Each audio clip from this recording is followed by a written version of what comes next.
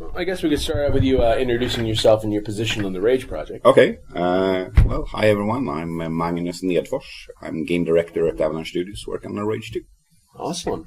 Some interesting take this time around. Like, the original was brought to us by id Software, but this is a collaborative effort between id Software and Avalanche. How did that come about? Well, Avalanche as a independent studio is always like working, trying to get gigs with different publishers and so on. Mad Max just cause. Yeah, exactly. Well, so we are constantly talking to different publishers, right? So that's what we try to do, and we worked or talked with Bethesda over the years for a long time, and never really found the project.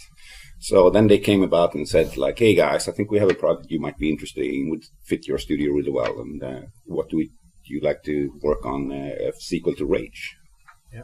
And we were kind of like, hell yeah. That would be awesome. We wouldn't jump on that. Yeah, so that was the start of it. Okay. Nice. Well, like, I'm a huge fan of Mad Max. Like, just doing some streaming and stuff like that right after Rage 2 was officially announced, and just I was going through looking at the world, and I was just so overjoyed knowing that id Software is working with you guys to make this game even better in that type of like post-apocalyptic wasteland. So obviously there was some type of like influence from Mad Max to Rage 2, correct? Well, I would say the influence between those franchises, when you say Mad Max, I would say the influence is actually not only the game, it's the movies, it's the setting and all that, right? So it's like we are influenced by a lot of different other things, but you know, honestly, Mad Max was kind of like the earliest movies was kind of those movies that like set off the whole post-apocalyptic thing that's going on, right? So it's then when it comes to the game, it's not that we are inspired by or influenced by it, but we learned a lot making every game we do. Like, so Mad Max, it's one of the games we made, and we learned a lot during that. And so therefore, of course, we take some of the learnings with us to this production, and it's the same from all other games we have made. You know, you learn things as you develop games, and then you evolve as a developer. Yeah. So, you know, I'm primarily focused on hardware. So I've noticed that, you know, you're wanting to release for PCs and for some of the consoles. Yep. You know, what's been the major, you know, development, you know, problems you've hit trying to match hardware and control styles? Yeah. Well, controllers is one thing. You know, always it's like PC is easier because you have a lot of more buttons, so you can have a lot more functionality. But when it comes down to a controller, you need to like, okay, what can we? How much functionality can we have for the player at once, right? So, one example of the controller, we had a lot of time to think about how could we get our nanotrite powers onto the controller in a natural way, and then we struggled a little bit with that. It's actually one of my favorite moments during the development. One was my kind of like lead game designer came almost running over, Magnus, I think I have it. So he just made a prototype on his machine, and that's it. It's what we're using now. That feels really good. Then when it comes to like leading platformers, so I wouldn't say we have one really. We kind of like try to develop the game of like, of course, most of the development is on a PC because that's where we have all the software, right, to make games. Like we don't, but all our developers has both consoles like right next to them to test the things on and so on. We have dedicated smaller teams to like make sure it works on all platforms at all time. Like previously, we kind of made the game more on one console or more the PC in the beginning, and then we kind of ported it at the end. But we felt that that's much harder because like it's much more safe for production times and so on to make sure that everything works everywhere at the same time. So. Yeah, I you know did the gameplay yesterday. I thought it was really smooth, and I could definitely feel the controllers. They felt like a lot was crammed in there. So yeah, there's a lot of functionality going on. So. The combat in Rage 2 has definitely stepped up a notch with the slam, with the power fist thing. I know that's not the exact name, but that's what I call it. Yeah, kind of power through them. The whole beheading somebody with a ninja star thing. That's not ninja star, but anyway, basic levels. But let's just say the combat's batshit crazy.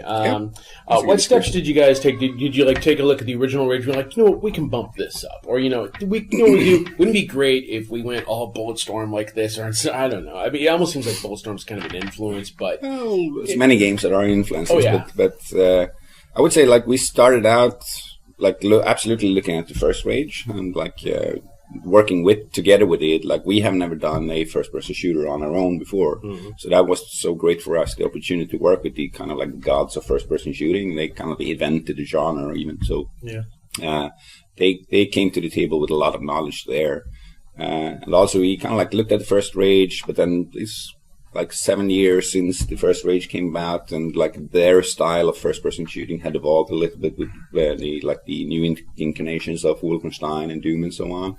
So of course we looked at those guys' games, and like we wanted to make a game that feels like an id game. So like the heavy weapons, huge impacts in the world when you fire a weapon and so on, fast movement and so on, all that needs to be there. But at the same time we wanted to do something that is have something unique. You know, Doom have their push forward combat and so on. Wolfenstein has a little bit of you can go stealthy or you can go full action on and so on. And we wanted to have something unique, and that kind of where the powers came into the equation to make the combination of your guns and your nanothreat powers.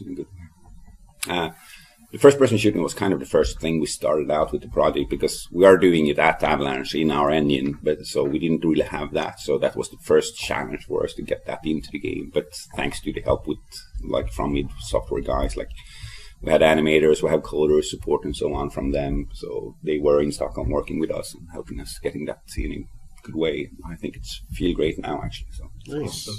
The open world aspect and stuff is something that I'm like super excited about. With the open world aspect, are we going to see? I know that this is a connection to the previous Rage, but we're going to see more, like a little bit more lore. We're going to have like a ton of different, like crazy, wacky side mission things to do, like in games like Just Cause and whatever else. Yeah, it is a hey, we talked about the shooter part, and now it is a true Avalanche styled open world game, right? So you are free to go wherever you want at any moment and so on. If you see it, you can go there.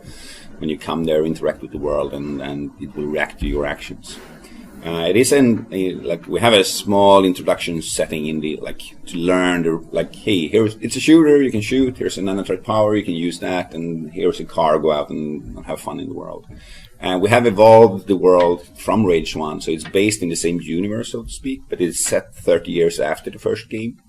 So there is we have made up a little bit of what's been going on, and you can learn that as you go out in the world, both from just looking at the environment. So it's okay, something happened here. I see a scene, and I can build up a story in my own mind. And you will learn, you will meet a few of the key people from the first Rage out in the world, and they will help you understand a little bit also what's going on and so on. Awesome. In a similar realm, I don't think y'all are planning on doing multiplayer, but since Quake Champions is arena shooter, and then you've got several of these other really close combat. Are there any aspirations to maybe tone down the open world and make a multiplayer of some sort? Nope. We're totally focusing on single player experience and in synchronized way, but we do have some asynchronous multiplayer, kind of you can connect to other people, you can see what they have done in the world and so on. So there's a few of those features that we will look into a little bit later, and so that's one aspect of the game that we'll talk a little bit more in the future. I know we played some of the shooter parts of Rage 2, but I want to talk a little bit about vehicular gameplay, because we get hints of that, how you can take over convoys, and how you can get high-speed chase and everything. And I almost think that might be where Caleb gets some of his aspirations from Mad Max, because obviously Mad Max had some of the best vehicular combat out there, especially with the grapple. Mm-hmm. But did you take some of those ideas and implement them into Rage's system so it kind of blended smoothly, or did you just take a look at its vehicular thing and decide, well, here's how we can upgrade it? Yeah, well, we looked at the first game, Rage, more actually than we did look at the Mad Max game, because hey, it's a sequel to Rage and not Mad Max. Right. We started out more there, but again, of course, we took we made vehicles in all our games. Just Cause a lot of vehicles, and even though if it's not the same type of combat, it has a lot of vehicle functionality in it. So we take the learnings from all of them, looked at the first Rage and say, hey, what could you do here? It was more drive and shoot gameplay, so we kind of wanted to continue with that, but absolutely crank it up a little bit, especially since we're now going into a excused first Rage, but then true open world where you can really drive anywhere you want and so on. We wanted to put more effort into that, so it is absolutely evolved, but it is a like fast forward moving combat with a lot of different guns on your car. You kind of like have a car that you are given in the beginning of the game. That's kind of your main vehicle. You can upgrade that and find parts to it and new weapons and so on. You will get some other. You will get the motorbike, and you will get a little flying thing that you can fly around in as well. But then, of course, like all the cars you see out in the world, or the vehicles, whatever they are, you can use them. So I can go out there, I can go to an enemy encampment, steal their car, drive off in that, take that back to my base, and then it will become available for you at all times. Nice. Music. Yep. How big of a push do y'all have on the music? I mean, from what I played here and played at E3, the music was just like, it had my blood pumping fast. Oh wow, sweet! So I was like, this is awesome. Thank you, great. I'm happy to hear that. Yeah, like we have had like good freedom, creative freedom, our music people to do our own music for everything. Like so much things, we look back to like the era when post-apocalyptic was kind of new. So we look back to old film music like John Carpenter and stuff, and that type of music. Because there is also a strange, like in Rage, there is a strange science fiction element to it and so on, and a little bit of a horror moment at some moment in the game. So I felt that type of music, that to ground it in that would be great. And we like work together with our music director internally, worked with a couple of composers from Sweden, and they made a great job. And we have a system that we call adaptive music as well. So the game actually senses what you are doing and kind of like builds the music like in runtime. So it's like we have a number of tracks, and it feels what you are doing, what pace you are playing, and so on, and then builds on different tracks on top of that in runtime. So I kind of noticed that in the demo of having going from the Eden space station to where it's calm, nothing's happening yet, and then right whenever you hit that action, dude, you get that type of heavy metal type of stuff going on. You're like, oh my god. It was awesome. Everybody just yelling at you. I'm happy. Yeah, did a really good job. I'm really happy to hear that you like notice the music, but it's like quite a few people don't notice music in computer games, but they all like it's there, right? And it's super important to get like that written when you're playing. And so I'm happy that you noticed it. Yeah, it's definitely part of the whole environment. So any types of betas or open alphas or whatever are going to be coming our way, or because I mean it looked pretty polished the gameplay. I mean, from what we didn't destroy. Exactly. Not to my knowledge at the moment. Well, the only kind of information I have when it comes to stuff like that, it will be released during the spring 2019. But I don't know. Of course, we'll have alpha and beta and so on, but I don't know how open they will be and so on. I mean, you could just send me a demo. That's fine. That's okay. I'll just install on the hard drive. Nobody will know. Yeah. Is this your first Quakecon? Yeah, actually. What do you think about the reception as well, like the way that the crowd got into the new gameplay that you showed, like the whole thing on the floor where you can get yourself made up like to look like a post-apocalyptic punk, without worrying your mother. What, Mom? No, I think it's been super fun to go to Quakecon. It's a thing like I have played it games so many years and have known about Quakecon for a long time, but I'm a game developer from Sweden on the other side of the world, so the opportunity have never really came around until now. But I'm super happy to be here. It's actually my first time in Texas, so I really enjoy. Yeah, exactly. It's one of my goals when we actually got the question. Working with they are in Texas. I want to go there, so I'm super happy to be here. That's awesome, man.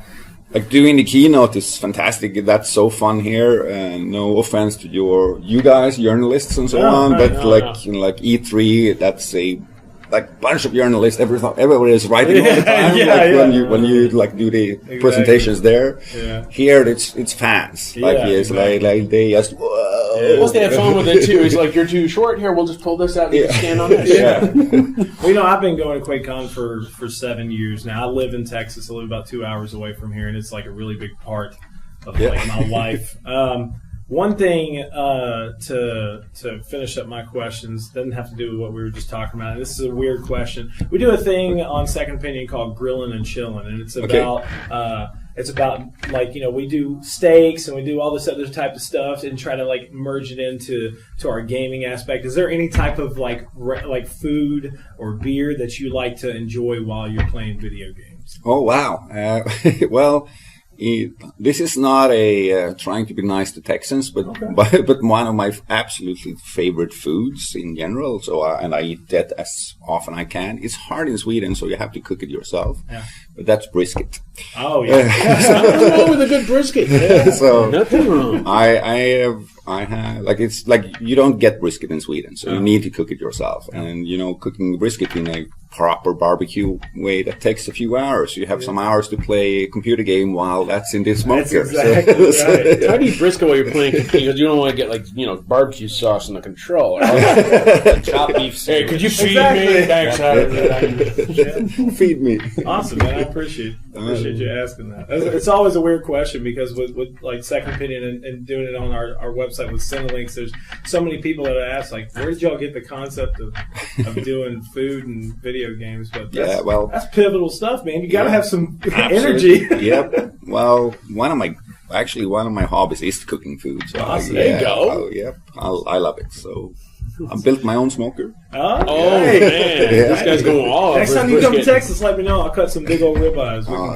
Nice. I'll bring them to Sweden. Yes. I was going to say, one thing I noticed with like some of these studios is how they're able to balance out different projects of equal worth. Because it's like, I know you guys are working on Rage 2, but you also have, Just Cause 4 coming out in December.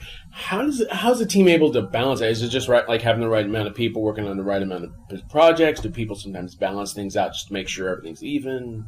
Well, at Avalanche, we're a relatively small studio, so we kind of like try to work with people who are super dedicated to making open world games. That's kind of almost a requirement, or I would say it is a requirement that you want to make open world games. So we have a group of very dedicated developers in the studio. But we have two studios, right? We have one in Stockholm and one in New York. So we're kind of like, that's a natural divider for like New York studio has been making most of Just Cause, and like the Stockholm studio has been making most of the Rage 2. So that's like, so there is balance at least. There is balance. I remember like studios like taking on 2 or 3 projects at a time. Okay, we're gonna need some time to work on this, No, take too much so they can. No, we have like enough people on both. We have a couple more games, like the Generation Zero, that little small self-published game, and we have the Hunter games as well. So like we have a number of games going, but we're relatively isolated between the thing that is common for all the projects is the engine game engine, the Apex engine. That's kind of like all our games is built on top of that. So that's like we have a core group of people developing the engine, and that they serve all the projects. So that's the core functionality. It's always good to get that insight. Because like you take a look at a studio. Oh, they're working on Rage and working on Just Cause. Do they sleep? Well, we like work hard, but I think the whole industry has kind of like grown up. Mm-hmm. Yeah. So like we have understood now, and many of us have families and so on. So it's like back in the days when I started, you worked like 18, 19 hours a day. But that you can't do that. Like both getting older, having families and all that stuff. So we try to do a much more like healthier lifestyle and so on. Like around. So come to work 8 or like 9 hours a day, but be super efficient when you're there. That's what we try to like make sure that everybody can really, really work well during those hours. So work well instead of like work long. Exactly. Yeah, exactly. And focus, like stay focused. And it's like more and more studies come up with like, people, you can work for 16 hours. You have the energy to do that, you think, but your brain isn't working that in the same way for that long. So it's better to actually go home, rest, come back to fully refreshed the next day. And it's like the saying, work smarter, not harder. Yeah, exactly. Yes. So, yes. Also well spoken. Did you have anything? Just one other thing. I mean, if you wanted to. No. Go ahead. I guess my final question here is, I mean, it's really great that you guys are working hand in hand with Bethesda to bring Rage to life. But I mean, like, Bethesda's also got this wide variety of other great licenses. After you guys finish up work with Rage, what would be your next dream project if you could pick one to work with Bethesda? Obviously, it's not like, okay, this is going to come next. We're going to try to, but if you could work on any of their franchises, what would you suggest as a person? What would you like? What do you like? What I would like to work on? Yes, what you would like to work on. Sorry, that's a deep question. Yeah, that's a deep question. Thanks, Robert. You're welcome, Max. Well, I was curious. I do like, if I could just pick one to work with, I think it would be something, not like something in the Fallout genre on myself, because I played all those games even since before Bethesda made it. So I think that's my favorite, if of all the other games from Bethesda publishing, I would say that's it. I'll tell you, like an action-based Fallout spinoff wouldn't be the worst. I mean, a lot of people look for management Fallout and everything like that, but then you have those who go back to, like, say, Brotherhood of Steel. Yeah. There are people who be like, I don't want to forage, can I just kill mutants? Well, if there's any other studio that could do it outside of Bethesda Game Studio, it'd obviously be Avalanche, but we appreciate the time you've taken. Thanks for taking the time to talk to us, and now I'm hungry for brisket. Yeah, now we're going to go get some brisket. Exactly. All right, thank you so much. Thank you, guys.